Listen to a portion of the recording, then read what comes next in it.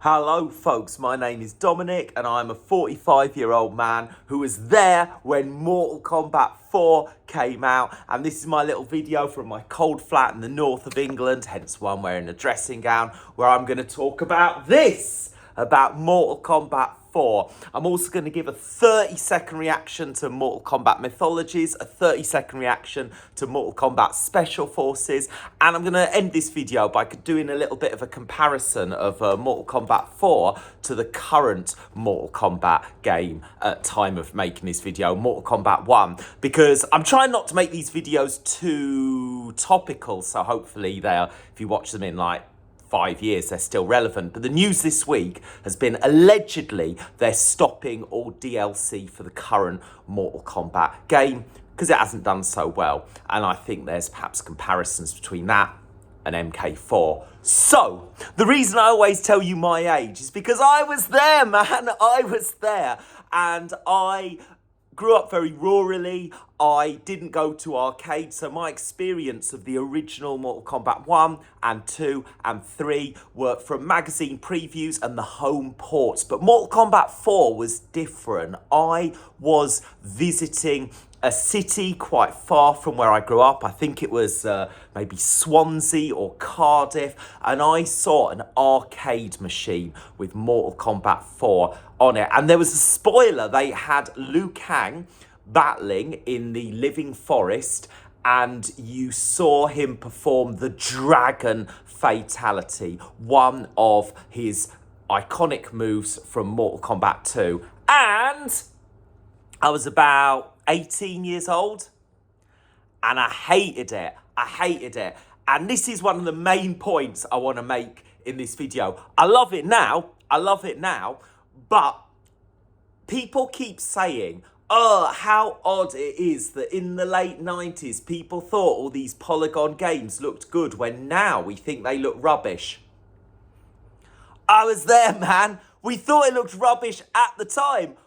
The digitised actors in the original Mortal Kombats, to this day, in my opinion, hold up. But when I saw this, I really disliked this. I thought, what a backward step. I don't care that it's in 3D. I dislike the original Tekken. I dislike the original Virtua Fighter. Now, as time's gone on, I do appreciate them now. But as a kid who was there at the time, that was the beginning and end of my relationship with Mortal Kombat 4. I didn't have the current generation consoles. All I had was the Sega Mega Drive, on which 1, 2 and 3 had been released. I just thought, 4 looks rubbish. I'm never going to buy another console again. All I need is my Mega Drive. Well, as you can see, I've got the PS5 down here, and this game, Mortal Kombat 4, is playing on my PS3 there. So clearly I did buy stuff after the Mega Drive. Now, I love Mortal Kombat 4. I love it. I think it's flawed. I think it's really fun. And if you've never played it yourself and you've got anything on which you could give it a go, I really encourage you to. To my knowledge, it was the first Mortal Kombat that had a difficulty option, and that was great. Mortal Kombat 3 had the towers, but they still had endurance matches. They still had Shao Kahn as a nails final boss. I hadn't enjoyed 3 as much as 1 and 2, but Mortal Kombat 4, with its difficulty option, it was really enjoyable. Really loved it. Not least of all because of the super fun cinematic endings. Now, Mortal Kombat 4 lost a few of the fan favourite characters in favour of Jarek. And I'm not a Jarek apologist, but I tell you this, his cinematic arcade endings are hilarious. Would I have preferred Kano, the character from which he's clearly ripped off? Of course I would. But I think Jarek earns his place with the hilarity of the end if you complete it. Mortal Kombat 4 has got brilliant endings for, in my opinion, every character, even Raiko. Quan Chi, Fujin, Tanya are brilliant in this game and brilliant in future games. Bring back Kai.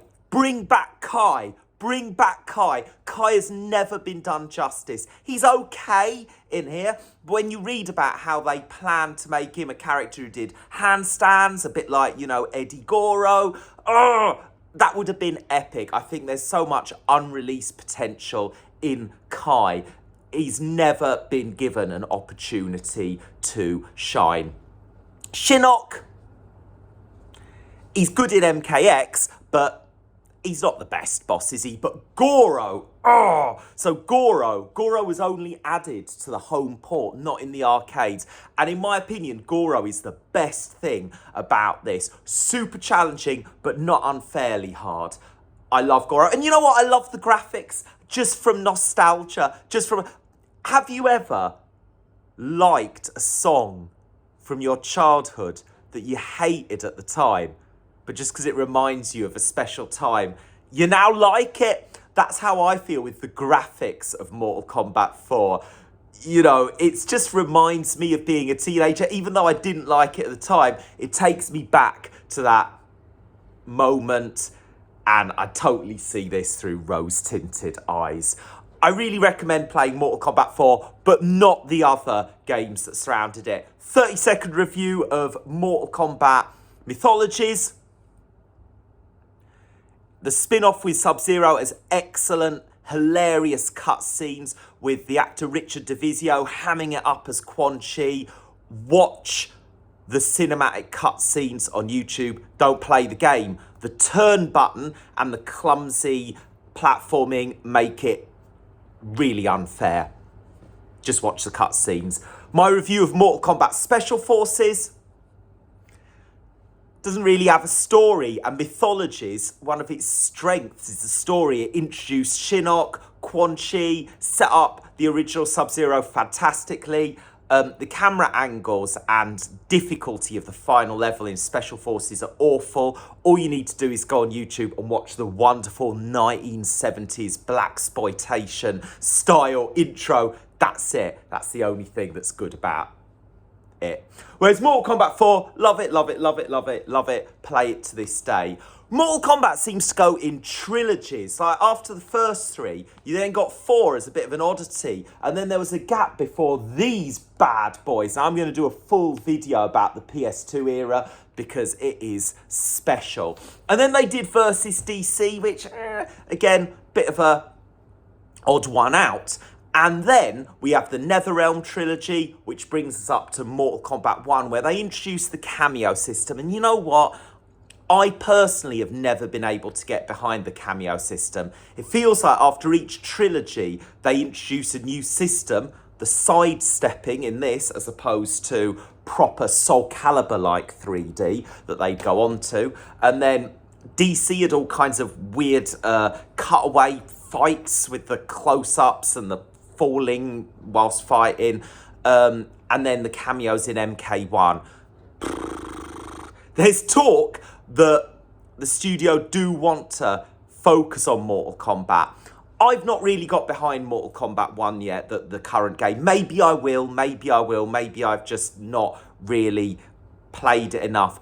I am a real casual player, despite my age, despite the longevity of committing to Mortal Kombat. I am poor when it comes to my ability. I'm not making these YouTubes to tell you about combos or who does well at tournament level. I'm just here to chat about the story, which I've not really mentioned. Bringing a new bad guy, however poorly he actually plays as a final boss, is a brilliant move in Mortal Kombat 4. And I think the dynamics of Shinnok and Quan Chi is really interesting, really cool, and I'm glad they fleshed it out more in MKX.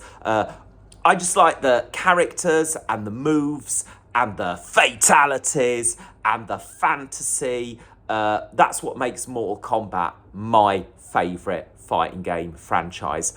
What do you think of Mortal Kombat 4? I see so much hate for it and I think it deserves a bit more love. Do you think it deserves more love? Please let me know what you think of Mortal Kombat 4 in the comments. And do see if you can pick up a copy for yourself. The old retro games with the instruction manuals so thick you could perform a fatality if you clocked one of these over somebody's head. I've been Dominic Berry. I've loved making this video. Thanks so much for listening. Have a great rest of your day. Stay warm.